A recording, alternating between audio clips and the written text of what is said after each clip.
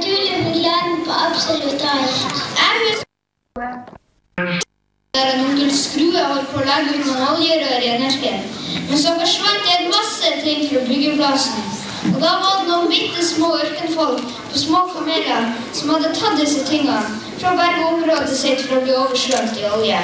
Nemlig, som vi sa, en naturlig forklaring. Men når ting går galt på en byggeplass, så er det ikke så lett å vite hvem som skylder bestandig. Som regel skyldes det en liten rakkefrant av et uvesen som elsker til folk. Vi har sett han, og vi kaller han for byggrakker.